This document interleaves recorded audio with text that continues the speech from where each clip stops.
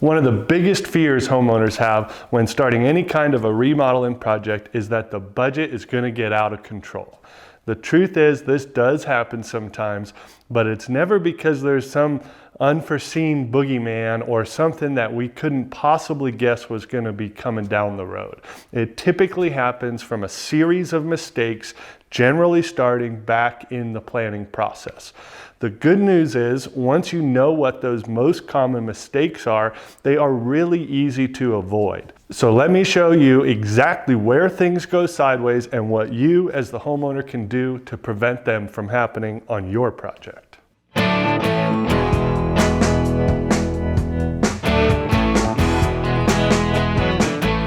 I'm Josh Kobler, the owner of Rockin General Contracting here in Bend, Oregon. We specialize in high-quality additions, ADUs, and remodels. And just to be clear, if you work with us, we are going to make certain your project does not go over budget. Unfortunately, I hear too many stories, and it seems to be too common in our industry that these projects can go well beyond budget. Have you heard stories from your family or friends, or maybe a project you've done yourself where it started at this number and grew to this? Let me know what it was down below. What kind of percentage? What was the starting point? Where did it end at? That'll give us a good picture of where the industry really stands. If you understand where this happens, you can make much better decisions for your project. So I'm going to walk you through the biggest reasons I see remodels go over budget. Reason one, the first and biggest reason is changing the plans mid-project. It costs so much more to redo things once they've already been built than if we would have just had the plans dialed in to begin with. Individually, those changes don't feel like a big deal, but once they start stacking and compounding on one another, it can be a pretty large increase. You should be working with a builder who's willing to go through that full pre-construction process, help you with making those decisions. Along with the builder, you should also have a quality architect and a designer. With those three people as a team working with you well before the project starts, you'll be far more likely to avoid any changes once you get going. Now, inevitably, every project, there's probably going to be something minor you do want to change. Those changes should be tracked very clearly so that you don't just get a big bill at the end. If you decide you want to change from engineered hardwood to LVP in the project, you should have a builder that gives you a change order, tells you what it'll cost before doing the work. Then if you approve it, it is reflected in the total price. You don't want to have things that are just kicking off on the sidelines that you don't quite have a true picture of what it costs. So you want to make sure that that is all extremely clear and you have a full understanding of it. Sometimes those little decisions, you feel like I haven't made very many of them, and if you're not working with a builder that somehow has a good way of showing you what the current running total is, the trajectory, the finish line that we're aiming at if we stay on this trajectory, then you're much more likely to get yourself in trouble. Reason number two, not fully understanding scope. The scope essentially can be boiled down to what's included, what isn't. You want to make sure you and your builder are on the exact same page when it comes to what's included. Let's say you're building an addition with an ADU. Does that include the driveway? Does it include landscaping? Are you going to paint just the new addition, or does that include painting the entirety of the existing house? This is why contracts are so important, because it's impossible to keep track of all those details just rattling around in your head. Have you or anyone you know ever gotten a proposal, and when you go through it, at the end, you really have no clue what is included and what isn't? Then it's time to ask a whole bunch of questions. You need to have a line item by line item proposal that clearly lays out the entire scope of every single line item. Otherwise, you can get into a situation where you thought that the price was for the total project, turnkey, ready to go, and that wasn't the builder's interpretation. They thought you would be buying some of the fixtures or hiring out the landscaping on your own, all these kinds of things. Any of these ways can work okay, but you need to be on the same page up front and be clear about what is included in that number you're paying your builder. Reason number 3, not understanding allowances or not having sufficient allowances before the project started. So an allowance is for things that the customer needs to pick out. So when I'm writing a proposal, I don't know exactly what type of countertops you're going to want. I should, as a good builder, know roughly the range of what those countertops are going to cost. So for me, general range for a slab of any natural stone countertop to purchase and then fabricate and install is around $5,000 for a 5x10 slab. I'm going to figure out how many slabs your kitchen, bathroom, whatever that is going to need, and that is going to be my allowance. What you don't want is a builder that sets really low allowances.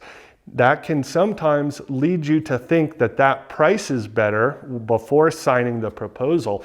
But if there's not enough money allocated to buy the finishing selections you like, you can have a huge jump in price. So if the builder has budgeted for your super low-end big box store finishings and you are envisioning quality finishings, then you're going to have a huge delta in that price. So you want to look at, before you ever sign a proposal, you want to look at those allowance line items and do some digging to make sure that's realistic for you, your personal taste, preferences.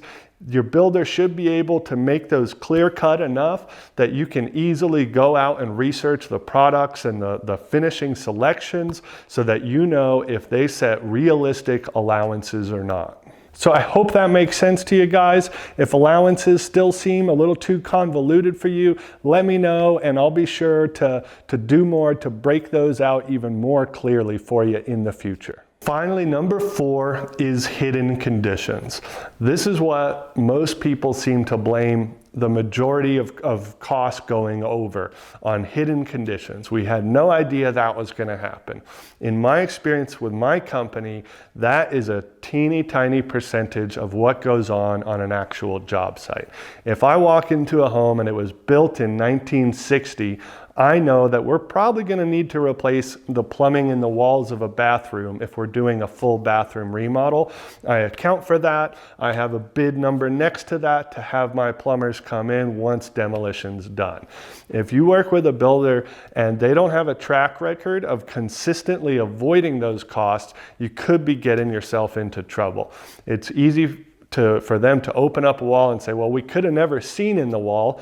That's true, but they knew the house was built in the 60s. They knew it was going to be old Galvy and cast iron drain systems. It's got to be replaced. It's pretty clear.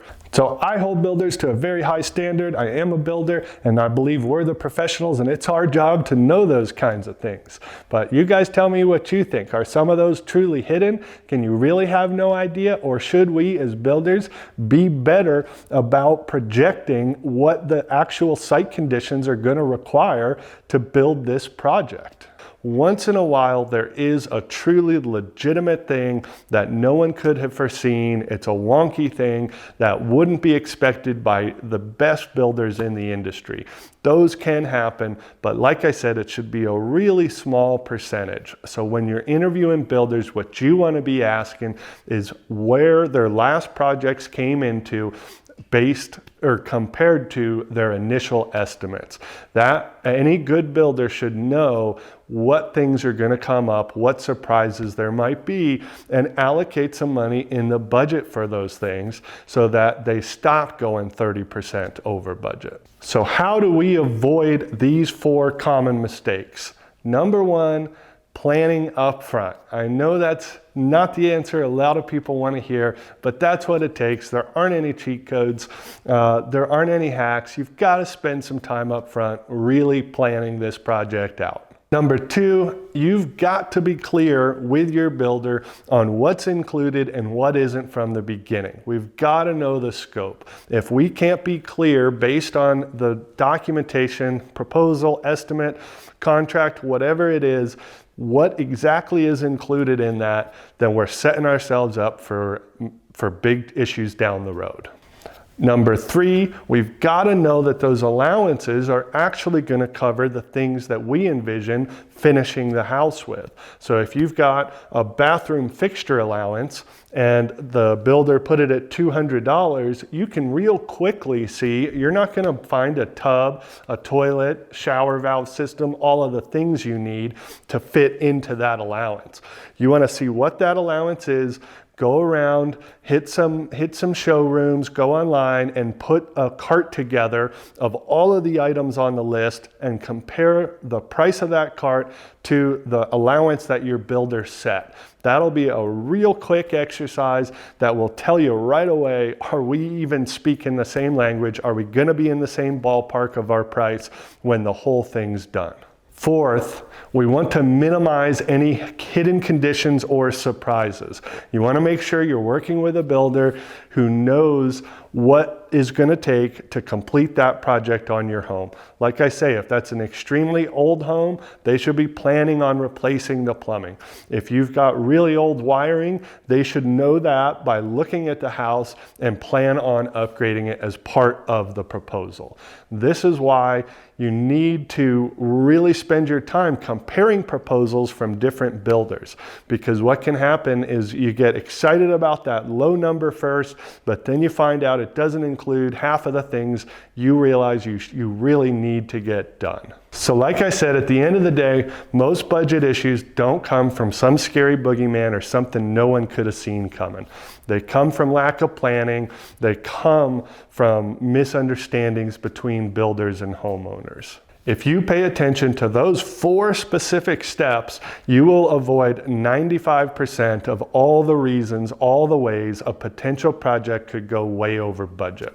I hope that gives you a clearer picture, a nice 4 steps to really keep your eye out for, to make sure any builder you might be working with is taking those things seriously so you can avoid those unwanted costs down the road. If you got any interest in working with us at Rockin General Contracting, you can go to rockinkgc.com, click the book a call button, and that'll set you up with a free call with me personally. And if you actually made it this far, thanks so much for that. Let me know what you want to see the next episode on, and we'll be sure to make that just for you.